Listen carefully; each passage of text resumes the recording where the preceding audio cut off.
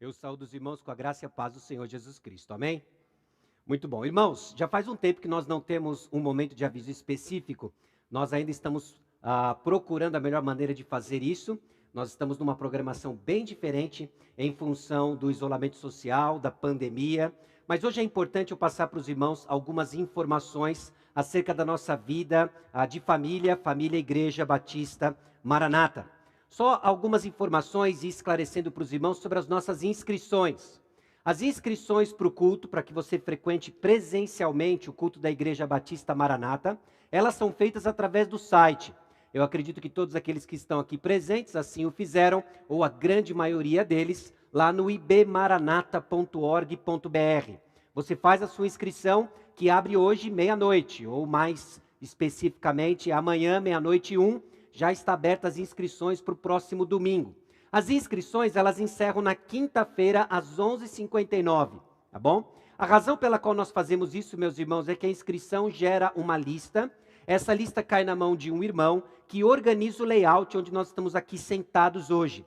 Então é difícil nós estabelecermos quantos lugares, inclusive, nós temos, porque isso varia de acordo com o número de grupos de 2 pessoas, de 3 pessoas, 4 pessoas que vêm para o culto à noite, tá bom?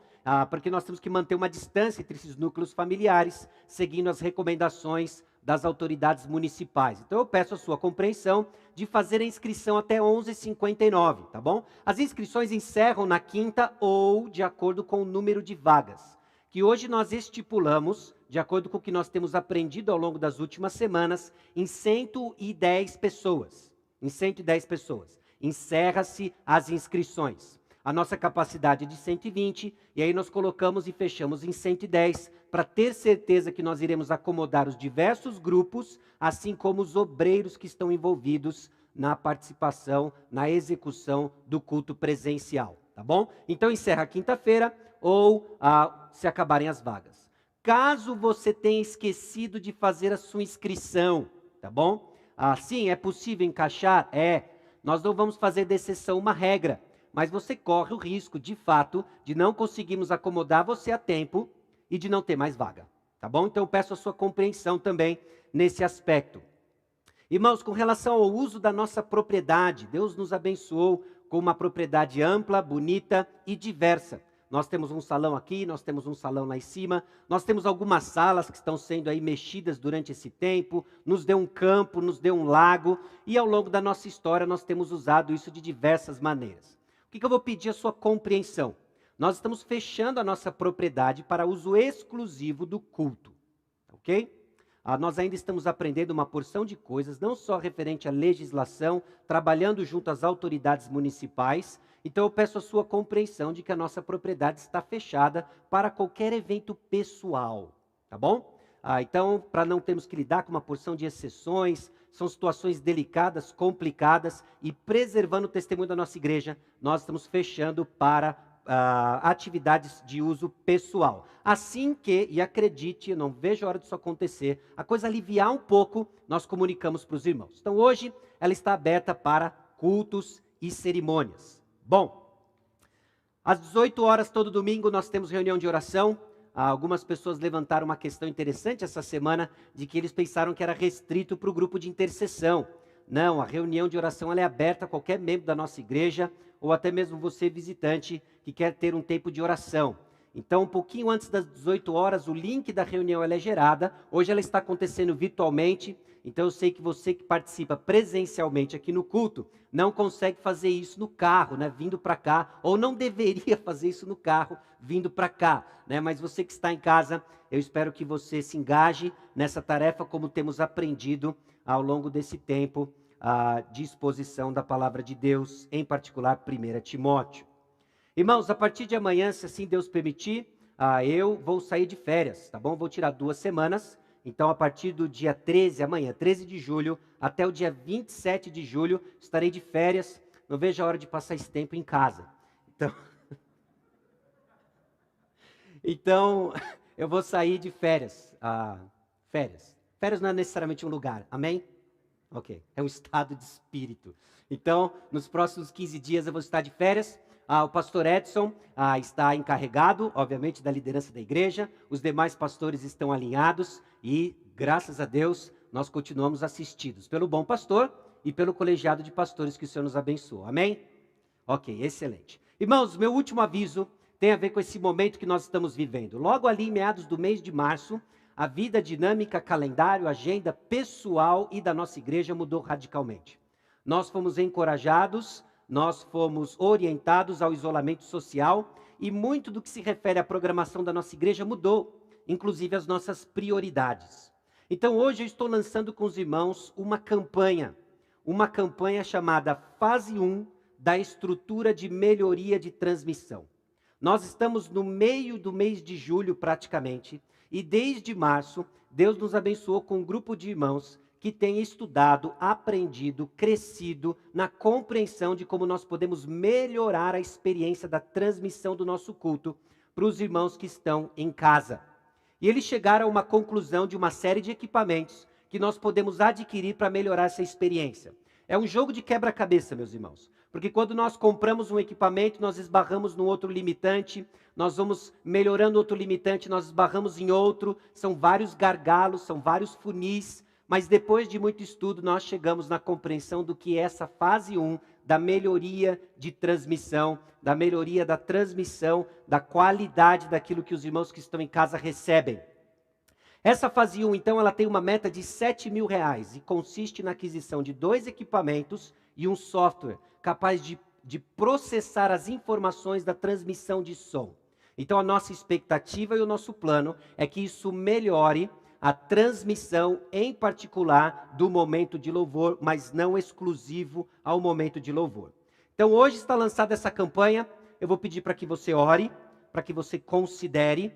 Nós já lançamos a campanha e já temos algumas entradas, totalizando aí 14% da nossa meta.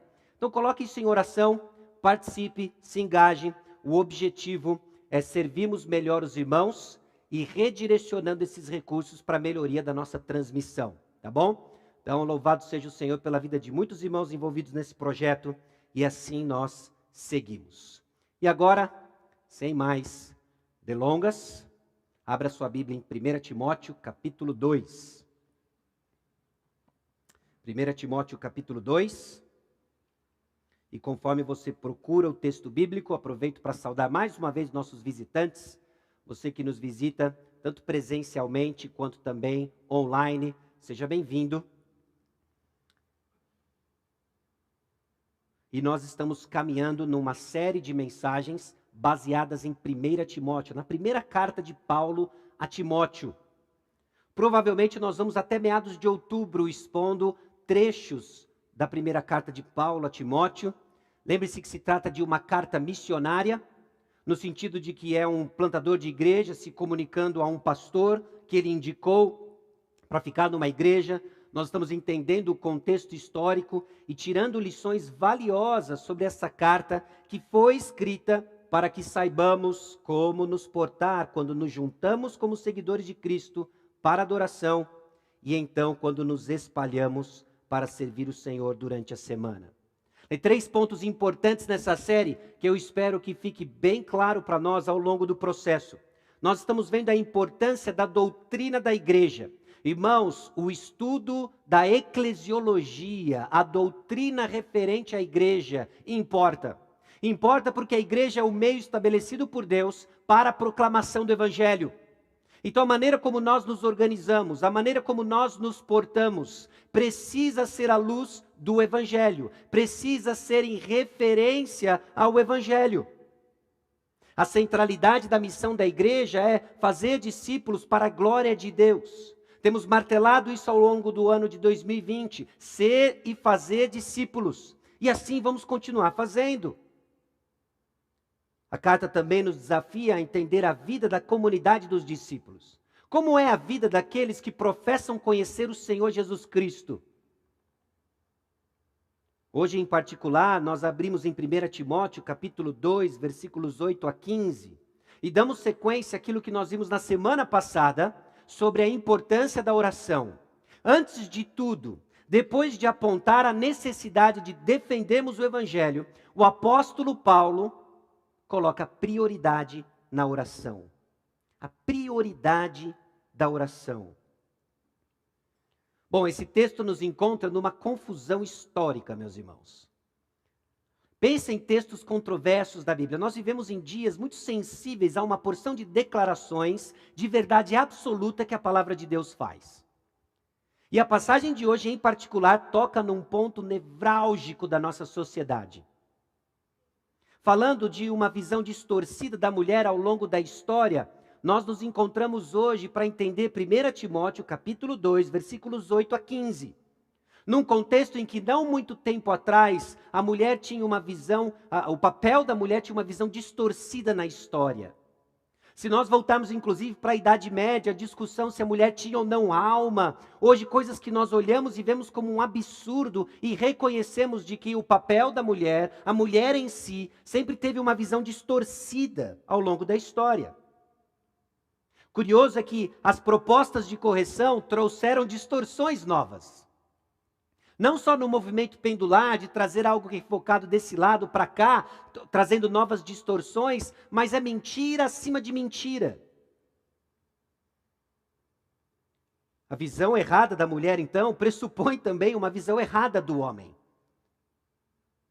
Então nós precisamos olhar o que o texto bíblico nos diz sobre o papel da mulher, o papel do homem, e entender que esses aspectos são importantes para garantir a unidade e a paz dentro da igreja, esse meio de proclamação do evangelho. Porque essa confusão que está aí fora, entrou para dentro da igreja. Essa confusão entrou dentro da igreja e hoje nós vemos cristãos confusos com relação ao papel da mulher, papel do homem, sua função dentro da igreja. Ou então tratando com desprezo como se não fosse um assunto importante. Meus irmãos, o papel do homem, o papel da mulher importa. Importa tanto que Deus dedica quase um capítulo inteiro para expor para nós como a igreja deve se comportar referente ao papel do homem, papel da mulher. Refletindo sobre esse assunto, eu quero ler para os irmãos um parágrafo escrito por um pastor chamado Mark Dever. E ele escreve e analisa a situação histórica dessa revolução sexual e seu impacto dentro da igreja. Preste atenção que diz a citação desse pastor. A revolução mais importante do último século foi a revolução sexual. Contracepção substituiu a concepção. Prazer foi separado da responsabilidade. É como se tivesse sido dada uma permissão, legitimando a distorção de cada parte de nossas vidas ao redor de nós mesmos, em serviço de nós mesmos. Desde então, divórcio, recasamento, aborto, sexo antes do casamento, sexo fora do casamento, assim como a homossexualidade, são itens crescentemente aceitáveis no público geral. Pornografia é um negócio gigante. E isso não é um problema só da sociedade aí fora. Muitas igrejas têm seus membros em casamentos falidos e adultérios, presos a pecados privados que viram desgraças públicas. Alguns já são conhecidos, outros ainda serão conhecidos. Esse é um retrato preciso de como essa revolução sexual trouxe confusão na sociedade e invade a igreja.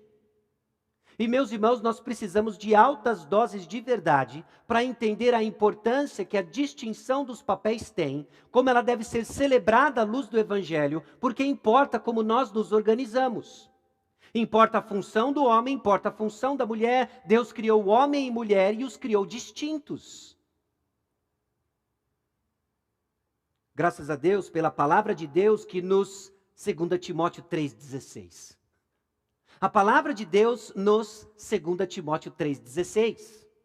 E o que diz 2 Timóteo 3,16? Toda a escritura é inspirada por Deus e útil para o ensino, para a repreensão, para a correção e para a educação na justiça. Graças a Deus que a palavra de Deus nos ensina, nos repreende, nos corrige e nos educa. Porque se estivéssemos à mercê da confusão aí fora, meus irmãos, é o fim da igreja. Deteriorando os papéis e a distinção dos papéis dentro da igreja, deteriorando as nossas ênfases, deteriorando a nossa missão, transformando-nos nada mais do que um clube social.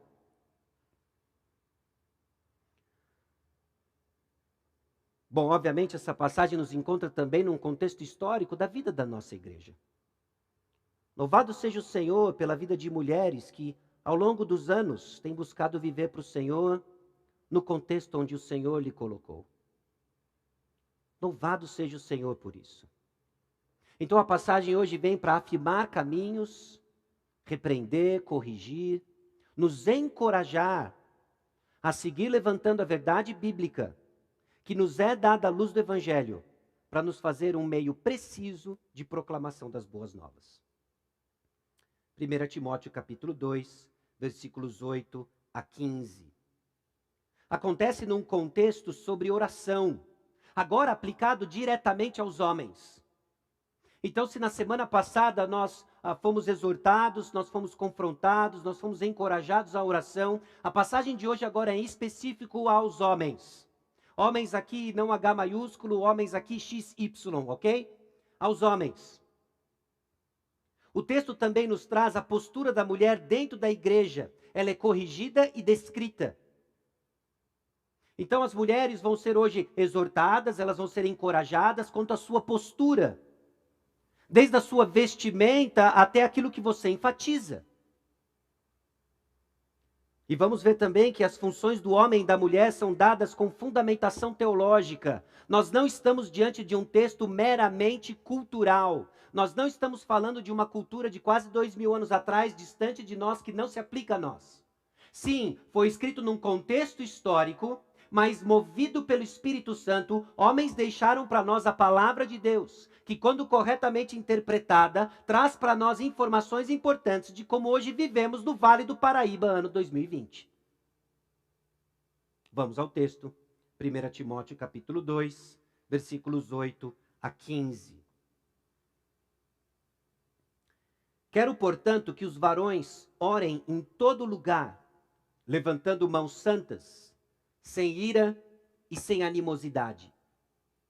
Da mesma sorte que as mulheres em traje decente se ataviem com modéstia e bom senso, não com cabeleira frisada e com ouro ou pérolas ou vestuário dispendioso, porém com boas obras, como é próprio às mulheres que professam ser piedosas. A mulher aprenda em silêncio, com toda a submissão. E não permito que a mulher ensine, nem exerça autoridade de homem. Esteja, porém, em silêncio. Porque primeiro foi formado Adão, depois Eva. E Adão não foi iludido, mas a mulher, sendo enganada, caiu em transgressão. Todavia, será preservada através de sua missão de mãe, se ela permanecer em fé e amor e santificação com bom senso. Vamos orar mais uma vez? Senhor nosso Deus e Pai, nós chegamos diante do Senhor e diante da Tua palavra, pedindo a Deus clareza. Os assuntos levantados nessa passagem são de grande controvérsia na nossa sociedade hoje. Alguns nos acusam, ó Deus, de denegrir a visão e distorcer a visão da mulher, mas o que queremos hoje é afirmar a visão do Criador da mulher. Alguns nos acusam, ó Deus, de machismo, mas o que queremos afirmar hoje é o papel de liderança do homem.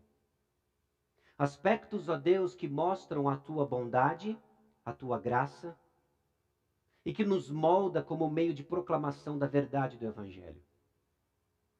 Então a minha oração hoje, ó Deus, é que o Senhor nos desarme de concepções do mundo, que o Senhor nos desarme de equívocos, prepare o nosso coração para recebermos a Tua palavra com alegria, e sabemos que antes de tudo ela é a expressão do Teu amor por nós, porque o Senhor quer o nosso bem, que é o mesmo que é para a Tua glória.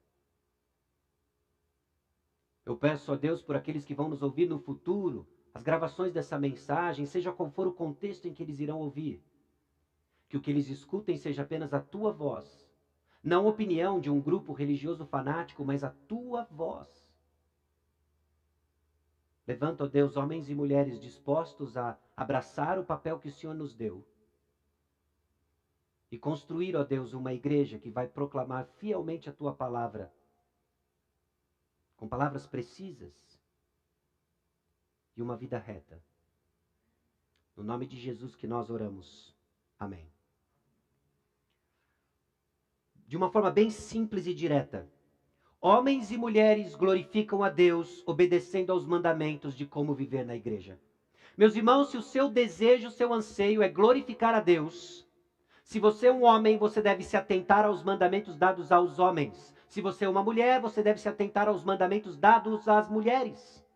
E é o tipo da frase que é construída em cima de alguns pressupostos importantes, algumas definições importantes. Eu já estou assumindo que Deus criou homem e Deus criou mulher. Eu já estou assumindo que não existem mais de duas opções do que homem e mulher. O que vem além disso é confusão de uma sociedade distorcida pelo pecado, de que a sua identidade sexual está ligada à biologia que Deus lhe deu, que você não escolheu, mas lhe foi atribuída. Homem e mulher, então, não são construções sociais, mas dadas pelo Criador. Nós precisamos afirmar isso, entender que esse é o plano de Deus revelado na sua palavra.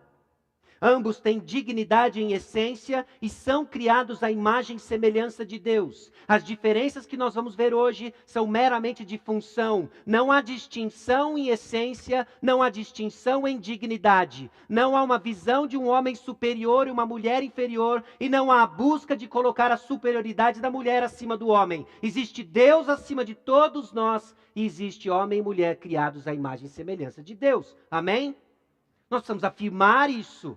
E são em cima dessas verdades fundamentais que nós construímos a compreensão do papel do homem e da mulher.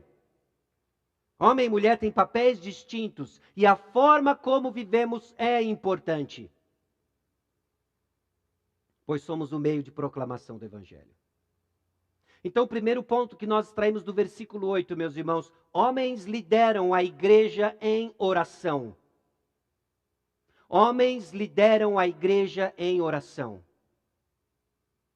O versículo 8 fala de homens que talvez no contexto histórico ou não estavam liderando em oração, ou estavam orando na igreja enquanto brigavam uns com os outros.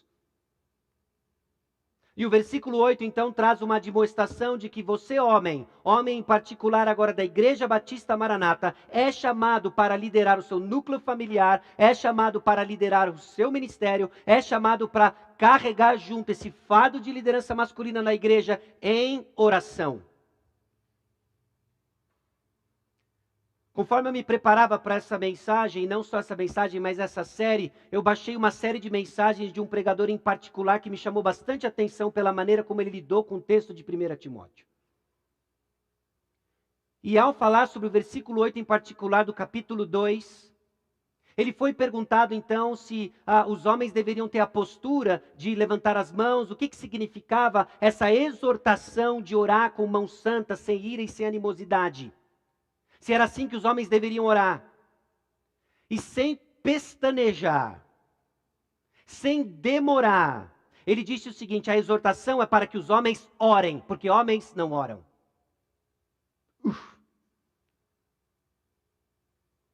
Irmãos homens XYs da nossa congregação, nossa responsabilidade, liderar orando. E nós somos chamados a orar em todo lugar. Em todo lugar. Em nossas reuniões, nos vários contextos que elas acontecem. Em público, pequenos grupos, reuniões de planejamento. Nós somos chamados a orar. E orar em todo lugar. É curioso que não é incomum quando nós nos reunimos e nós falamos o seguinte, ok? Aquele início do silêncio constrangedor. Quem quer orar? Ficam 7, 8 segundos, que parecem uma eternidade, e eis que surge uma voz soprano ou contralto, orando. Meus irmãos, as irmãs devem orar também. Meus irmãos, elas são chamadas a orar. E não é errado elas orarem nas nossas reuniões. Mas deve ficar claro na cultura da nossa igreja, de quem puxa e lidera são os homens. Quando? Em todo o lugar. Homens são exortados a orar em todos os lugares e de uma forma distinta. Orar com pureza diante de Deus.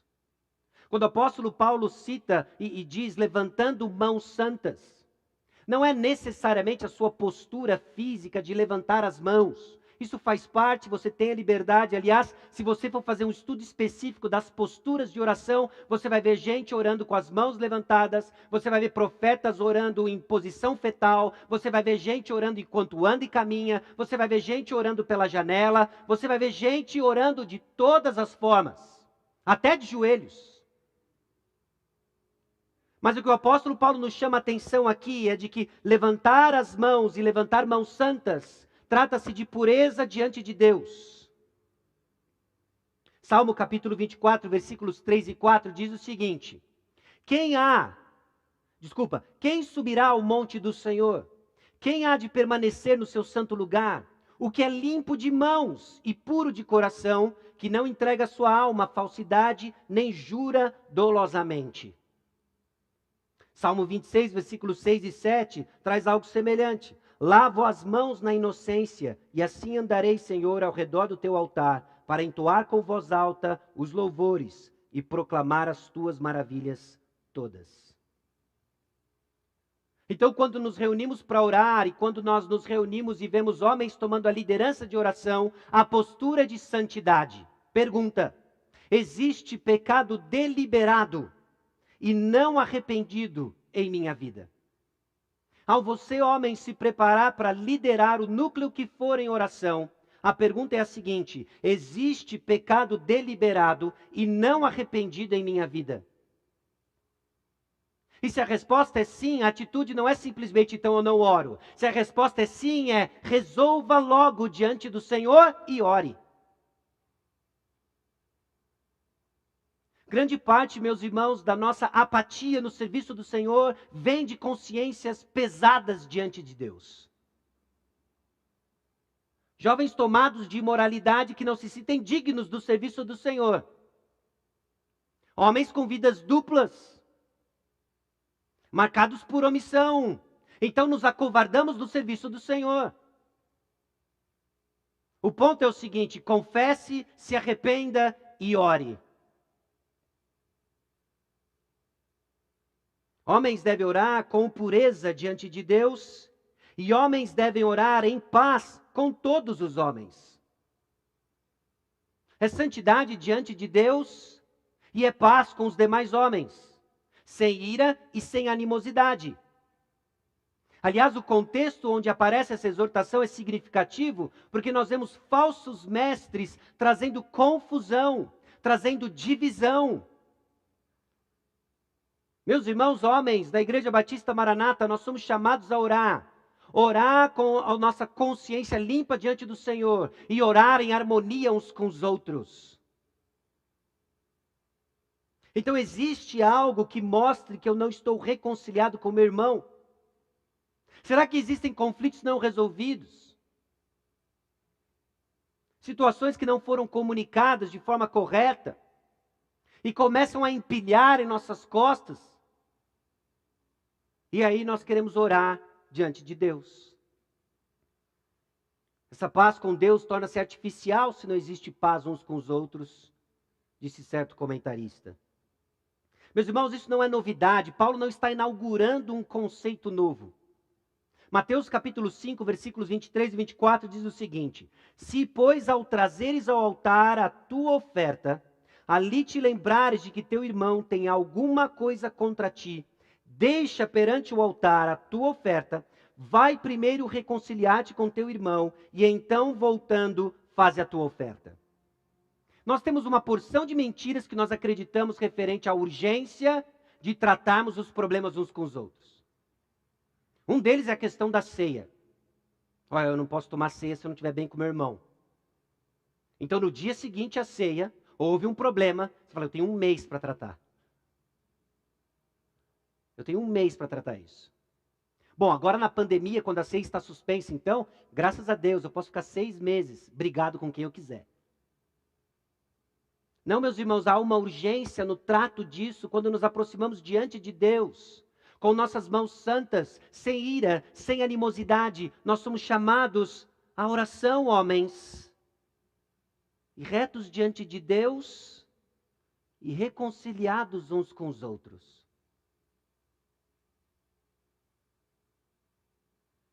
Meus irmãos, há uma razão porque existe o versículo 8 no capítulo 2 de 1 Timóteo. Isso vai ser abençoador para a nossa igreja e fundamental na nossa tarefa de defesa do Evangelho e proclamação do Evangelho.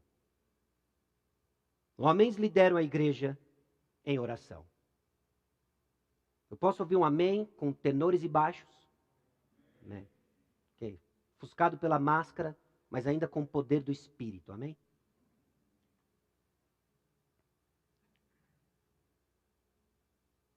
Os demais versículos são para as mulheres. Não, são para todos nós. Mas as mulheres embelezam a igreja com caráter. Mulheres embelezam a igreja com caráter. Paulo começa a tratar de mulheres que, por alguma razão, estavam causando na igreja. E aqui eu quero usar um termo bem contemporâneo sobre esse causar na igreja, em dois aspectos que é a atenção do apóstolo Paulo e que não é diferente do nosso contexto. Mulheres não devem ser conhecidas pela sua capacidade de criar confusão, arrumando o barraco. É triste quando nós escutamos de confusões e alguém solta, olha, precisa colocar um homem lá para pôr ordem naquilo. Isso deveria causar no nosso meio vergonha, porque nós não estamos embelezando a igreja com um caráter e uma boa comunicação. Então essas mulheres estavam causando, seja pela confusão ou seja pela sensualidade, chamando atenção para si e não para Deus.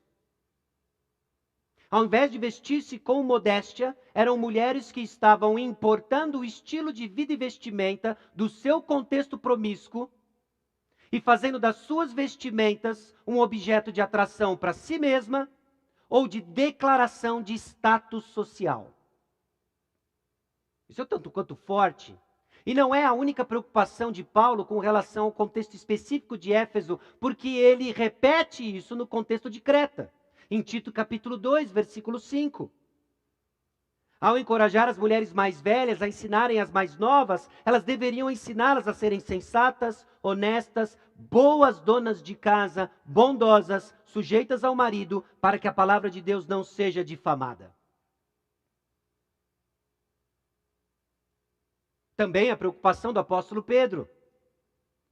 Ambos movidos pelo Espírito Santo, ele deixa para nós em 1 Pedro capítulo 3, versículos 3 e 4. Não seja o adorno da esposa o que é exterior, como frisado de cabelos, adereços de ouro, aparato de vestuário.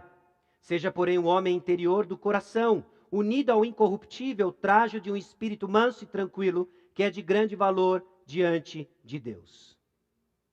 Ou seja, meus irmãos, a postura da mulher comunica algo dentro e fora da igreja. Agora, em específico, as irmãs, as mulheres da Igreja Batista Maranata, e você, mulher que nos assiste e nos ouve, a sua postura comunica algo. Sensualidade não se trata apenas das medidas da sua vestimenta, mas é todo um comportamento, é um olhar, é um tom de voz. E a sua postura comunica algo. Então eu pergunto para você, o que a sua postura está comunicando? Comunicamos com palavras e comunicamos com atitudes. E nós temos visto que ambas são importantes dentro da igreja. E na vida particular de cada mulher também.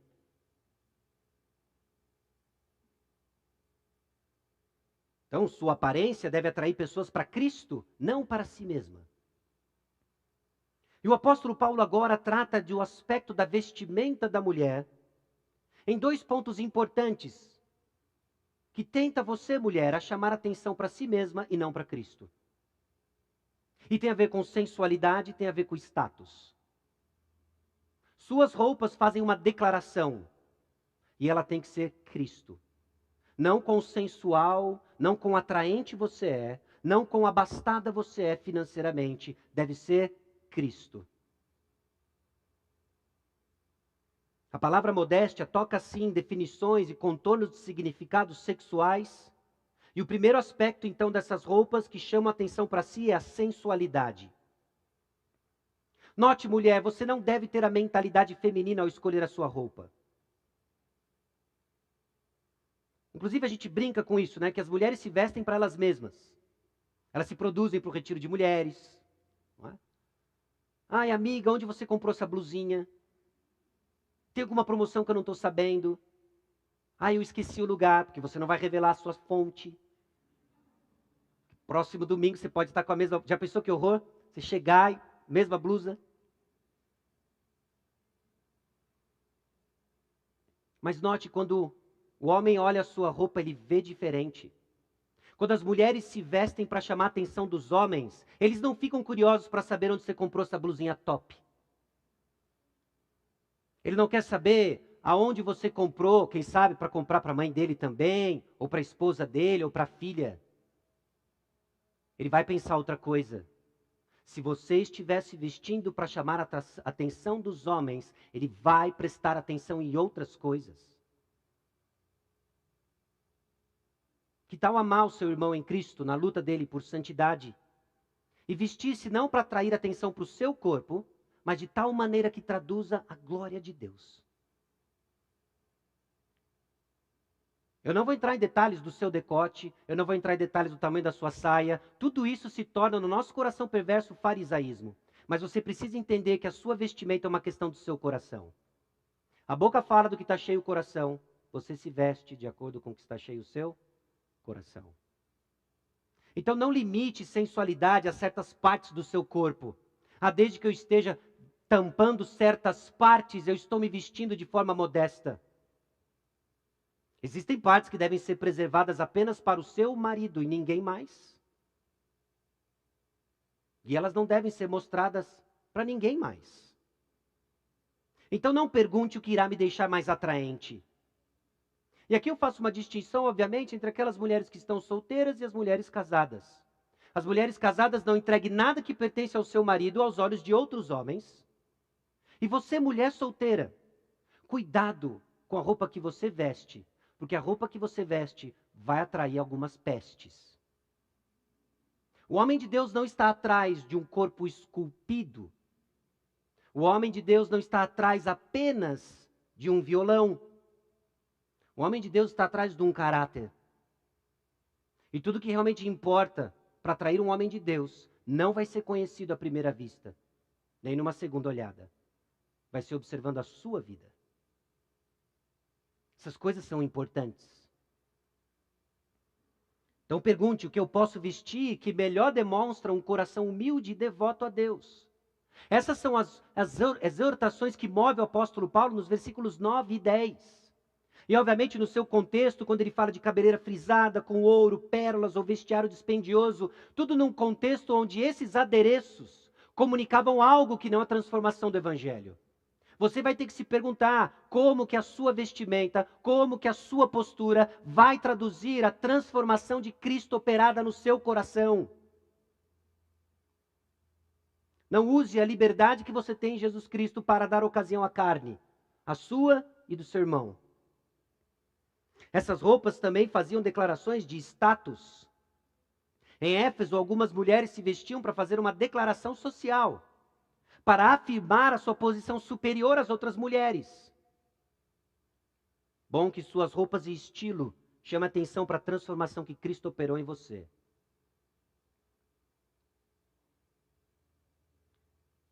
O que tudo isso significa, então, não é uma lista do que pode e o que não pode vestir, mas entender que se trata de uma questão de coração, e deixe essas coisas penetrarem em seu coração para uma vestimenta que glorifica a Deus. Meus irmãos, falar sobre esse assunto é extremamente delicado, inclusive deveria ser um tópico de nossas orações constantes. É tão fácil cair numa lista legalista sobre vestimentas e nutrimos uma superioridade porque não vestimos a peça A, B ou C. E tão fácil desprezar essas coisas e dizer simplesmente sou livre em Cristo, eu visto o que eu quiser. E não distinguimos então propostas e o guarda-roupa do mundo versus o nosso. Ao vestir-se, ao se produzir, quem você quer agradar? Porque o seu comportamento deve refletir a transformação do Evangelho. Que também não é uma novidade, nós estamos apenas aplicando para a questão das roupas e vestimentas. Mateus capítulo 5, versículo 16. Assim brilhe também a vossa luz diante dos homens, para que vejam as vossas boas obras e glorifiquem a vosso Pai que está nos céus. De tal maneira que quando pessoas entram por aquela porta, vêm a nossa reunião, vêm a maneira como nós vivemos, em todos os aspectos, o conteúdo das nossas conversas, a maneira como nós vestimos, a maneira como nós nos relacionamos, que eles glorifiquem a Deus. As mulheres da igreja, então, deveriam se comportar, vestir e postar nas redes sociais aquilo que irá atrair pessoas a Deus, não o que irá distrair outras pessoas para si mesmas.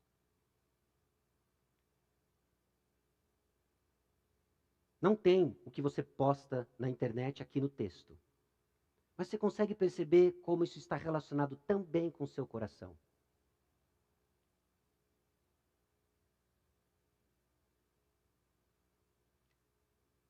A maneira como as mulheres na igreja, então, deveriam se comportar, vestir e postar, deve atrair pessoas a Deus, não o que irá distrair outras pessoas para si mesma. Meus irmãos, é perverso a cultura dos likes, dos compartilhares, essas coisas todas na internet. E o que faz isso no seu coração? É uma cilada. É uma cilada. 3. Os papéis dos homens e mulheres são atribuídos pela palavra de Deus. Não é o pastor Sacha que está dizendo essas coisas, espero eu. Não é a tradição da nossa igreja ao longo dos últimos 30 e poucos anos com o pastor Edson. Não é a nossa tradição batista. Não é esses evangélicos obtusos. O que irá distribuir os papéis, o que vai atribuir os papéis do homem e da mulher é a palavra de Deus. O contexto é extremamente confuso de certas mulheres na igreja de Éfeso. Em 2 Timóteo capítulo 3, versículo 6, nós lemos o seguinte: pois entre estes se encontram os que penetram sorrateiramente nas casas e conseguem cativar mulherinhas, sobrecarregadas de pecados, conduzidas de várias paixões. Você começa a perceber como esse negócio de vestimenta não é trivial e periférico, porque revela uma paixão no coração que torna você suscetível ao engano. Algumas delas foram cativadas pelo falso ensino e agora elas começam a causar na igreja. Elas começam a usar o seu discurso, elas começam a influenciar, a ocupar posições de ensino que está distorcendo o evangelho. Porque elas estão cheias não de Cristo, mas de paixões. E isso é evidente desde a roupa que ela escolhe, até a bijuteria que ela coloca, ou as joias que ela coloca, e o seu discurso. Bom, graças a Deus pela palavra que nos ensina, repreende, corrige, nos educa. E o apóstolo Paulo agora diz, calma aí, vamos colocar ordem nisso, porque do jeito que está, nós não vamos muito longe.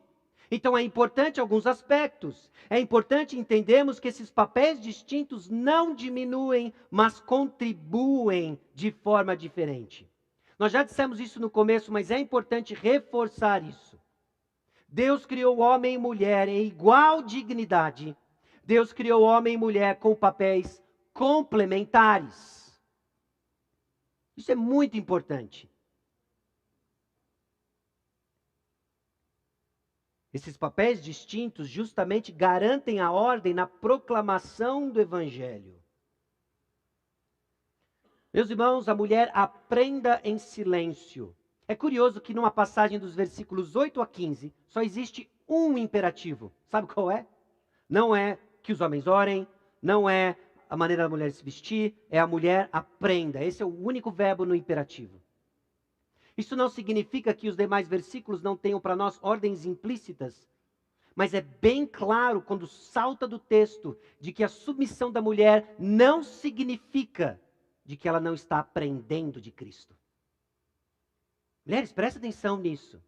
O papel que Deus lhe deu e a função que Deus lhe deu, que no contexto da igreja não tem a ver com ensino e exercício de autoridade, traz uma implicação direta, uma ordem direta. Você está aprendendo. Você não está cumprindo o seu papel. Simplesmente tomada de preocupação sobre qual a nova peça do seu guarda-roupa, de qual a próxima declaração de vaidade que você vai fazer, mas simplesmente porque você está em casa. Não. Aprenda. Cresça no conhecimento do Senhor Jesus Cristo. Há algo valioso e precioso aqui para vocês. Mas existem duas proibições no texto. Não permito que a mulher ensine nem exerça autoridade de homem. Esteja, porém, em silêncio. É proibido as mulheres ensinar homens na igreja, é proibido as mulheres exercerem autoridade sobre homens na igreja. Isso não significa que as mulheres não estão ligadas ao ministério de ensino. Aliás, o Novo Testamento aponta inúmeras ocasiões onde mulheres estão desenvolvendo atividade de ensino. Nós lemos, inclusive, Tito capítulo 2. Mas não entendemos um sem o outro. O contexto é claro em 1 Timóteo capítulo 3, versículo 2, que vai ser a passagem quando retomarmos a série, dizendo as características daqueles que ocupam a liderança, homens que ocupam a liderança na igreja, que ele seja irrepreensível, esposo de uma só mulher, temperante, sóbrio, modesto, hospitaleiro, apto para ensinar.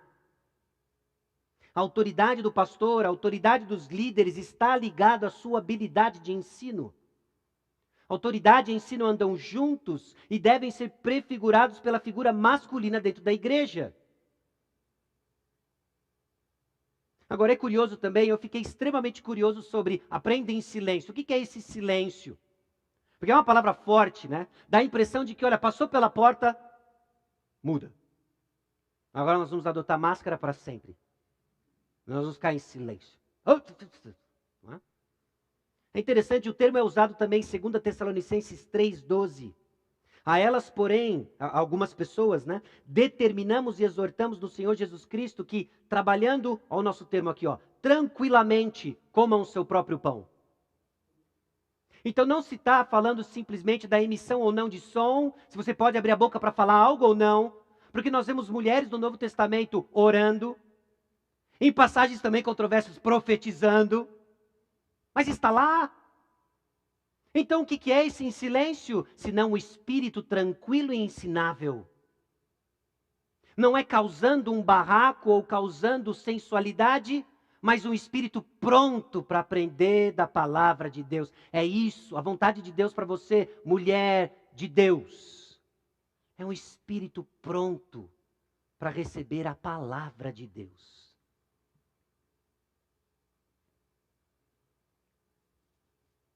Bom, a mulher tem a permissão e até a responsabilidade de ensinar em vários contextos.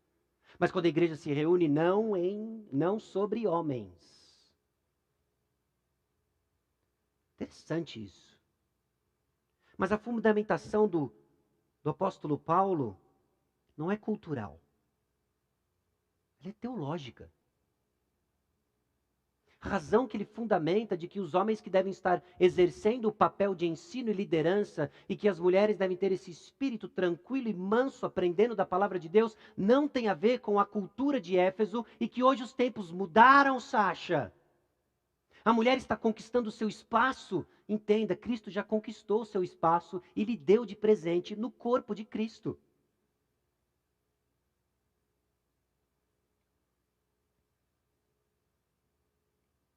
Então, duas perguntas para ajudar a gente a tomar decisões práticas sobre o lugar da mulher, inclusive no seu ministério de ensino, quando que é apropriado ou não. Considere o seguinte: conforme a mulher ensina, ela reflete o padrão de Deus nas Escrituras? Ou ela está exercendo autoridade sobre homens? Ela reforça as prioridades de Deus na casa?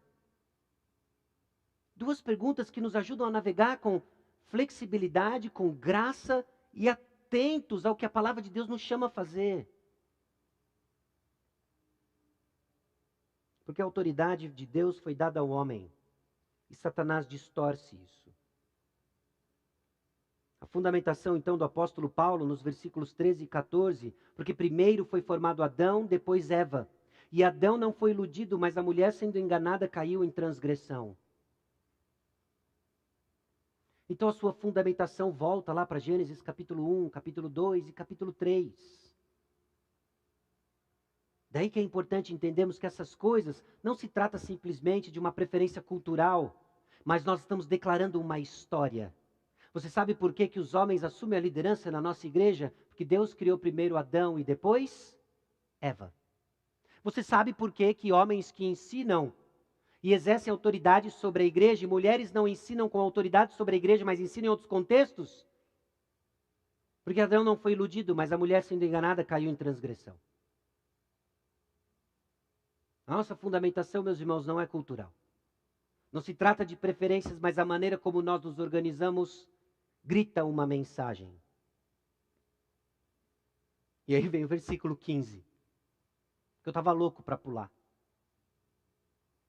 Que diz o seguinte: todavia será preservada através da missão de mãe, se ela permanecer em fé, em amor e santificação, com bom senso. O tradutor foi bem benevolente aqui, porque literalmente será salva através da sua missão de mãe. E aí nós temos que lidar com esse versículo, que nos ajuda a entender, meus irmãos. Inclusive, esse é o versículo pelo qual essa passagem, um dos versículos, mas talvez o mais, que faz essa passagem extremamente controversa. É de entendermos que nenhum versículo deve ser interpretado desligado do seu contexto maior, as Escrituras. O apóstolo Paulo não está ensinando salvação pela maternidade. Se fosse, ele cairia numa enorme contradição em 1 Coríntios capítulo 7. Ou então, ao expor Romanos, dizendo, olha, a condição do homem é caída e você, mulher, trate de arrumar um filho logo para ser salva. Então, obviamente, nós não estamos falando da salvação aqui. Mas existe algo aqui. E comentaristas debatem, e eu quero colocar para você talvez aquilo que mais me faz sentido quando eu olho para o versículo 15. Salvação aqui, obviamente, não se trata da eternidade da mulher, mas no contexto de engano. A maternidade representa algo que é distinto do seu papel. E de que nós vamos defender o evangelho, nós vamos blindar contra o engano, quando cada um exerce o seu papel com gratidão a Deus. Há quem diga, inclusive, de que se trata de uma menção da maneira como a maternidade reverteu os efeitos da queda, em específico a maternidade de Maria. Bom, teologicamente possível, mas honestamente eu acho meio off do contexto. E me parece que se trata da preservação, então, do seu papel e preservar a mulher, o homem, os distintos papéis do engano. Seja por meio da maternidade ou não, mas na observação do seu papel que Deus lhe deu. Isso é bom e agradável a Deus. Irmãos, importa como nós nos organizamos. Importa quando nós entendemos os cromossomos que Deus nos deu e abraçar a identidade que Ele nos chamou para desenvolver em Cristo Jesus. Que isso comunica uma mensagem importante e poderosa para um mundo que cresce em desordem e confusão, listando hoje dezenas e dezenas de gêneros que não passam de construtos sociais distorcidos pelo pecado e precisam ouvir: homem e mulher Deus criou. E isso é bom. Nós somos iguais em dignidade. E quando abraçamos cada um o seu papel, Deus é glorificado. Homem e mulheres glorificam a Deus, obedecendo aos mandamentos de como viver na igreja. Bom, implicações para o nosso contexto. Obviamente, homens, nós precisamos orar em todo lugar, liderando nossas famílias e igreja. Meus irmãos, o link da reunião de oração está sendo disponibilizado nos grupos da igreja. Conhecendo um pouco como funciona o nosso coração, a nossa euforia, é bem capaz que a reunião vai ser extremamente visitada, eu espero, pelo menos, de que ela seja mais visitada nos próximos dias. E o que vai acontecer com o tempo é que a frequência vai diminuir. E nós precisamos nos lembrar mais uma vez de 1 Timóteo capítulo 2.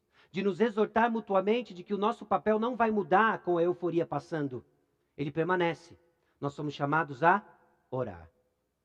Nós somos chamados a orar. Eu preciso ser lembrado disso. Você, meu irmão, precisa ser lembrado disso. Nós precisamos orar. Sua santificação pessoal impacta seu ministério público. De que quando nós nos juntamos para orar, que levantemos mãos santas. Que pecados privados sejam confessados, antes que pela misericórdia de Deus se tornem públicos. E por que misericórdia? Porque eu digo para você, Deus lhe ama tanto, de que se algo deliberado e privado não é tratado, Deus traz à tona. Porque Ele ama você. Então demorou de não tratar o que precisa ser tratado. E a sua harmonia relacional impacta seu relacionamento pessoal com Deus. Nós levantamos mãos sem ira e sem animosidade. Que quando nos juntamos para orar, que não seja com uma porção de conflitos não resolvidos, uma porção de tretas não resolvidas. Mulheres, estar certa diante de Deus é melhor e maior que estar alinhada com a moda. Você precisa crer nisso. Você precisa crer nisso. Você precisa crer que estar alinhada com Deus é melhor e maior que estar alinhada com a moda. O que as pessoas vão pensar, do que elas vão lhe chamar, porque você não adere a certas posturas de moda, fashion. Deixa eu mudar a pergunta. O que Deus está dizendo sobre o seu guarda-roupa? O que Deus está dizendo sobre o seu coração? É ali que está a questão. Piedade, então, redefine beleza diante de Deus e dos homens piedosos. Você já parou para pensar como que vergonha está associada aos nossos tesouros? Porque simplesmente tem posturas que nós adotamos que não nos envergonha diante de certas pessoas, mas nos envergonha diante de outras. Por quê? Porque isso revela de quem nós realmente prezamos o aplauso. Então, de quem você quer o aplauso? Quando você se veste, quando você se produz. Eu espero que a gente tá mantendo essa reflexão num nível que a gente não vai cair no legalismo, certo? Em que você simplesmente agora vai impor regras e referentes a tudo isso sem prestar atenção no seu coração. E longe de nós tratarmos esse assunto com legalismo, mas longe de nós não falarmos sobre esse assunto e cairmos em libertinagem. É importante, o que você veste importa. Sua postura deve ser determinada pela tarefa de proclamação do Evangelho. Então você pode ser uma pedra de tropeço na proclamação do Evangelho, ou você pode ser uma bênção na proclamação do Evangelho. E para todos nós, diante de tanta confusão cultural, devemos afirmar a orientação divina.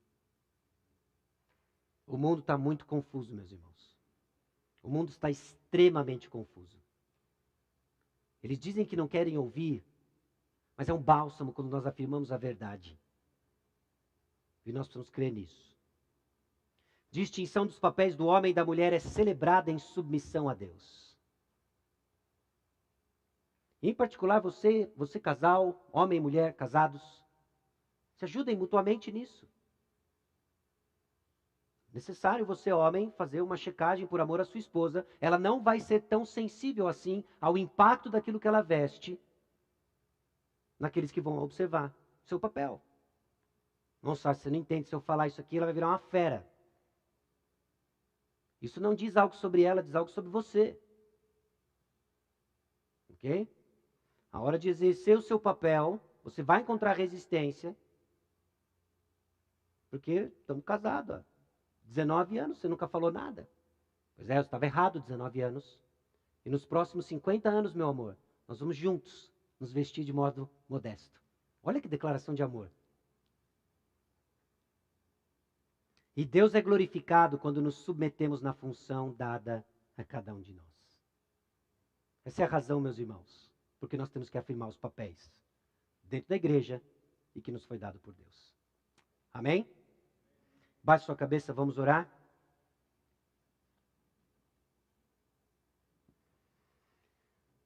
Senhor, nosso Deus e Pai, nós somos gratos ao Senhor porque a Tua palavra nos orienta num contexto de grande confusão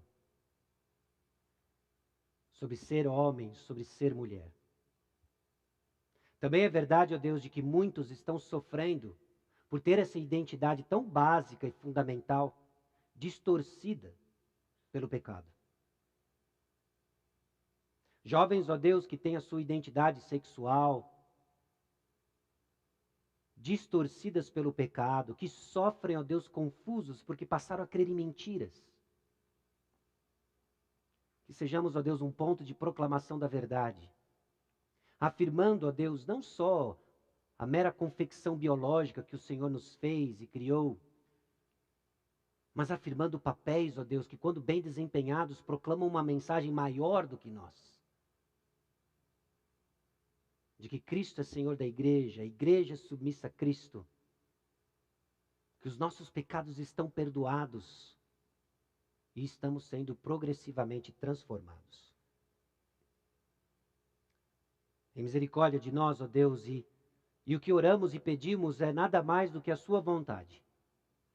Aprendemos, ó Deus, a caminhar em nossos papéis para a honra e glória do teu nome, em nome de Jesus. Amém.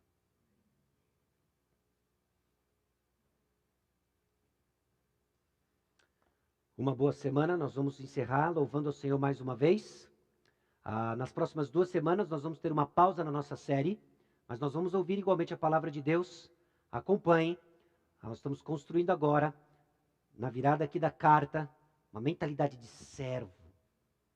Então que a palavra de Deus continue impactando nossos corações. Amém? Vamos louvar o Senhor.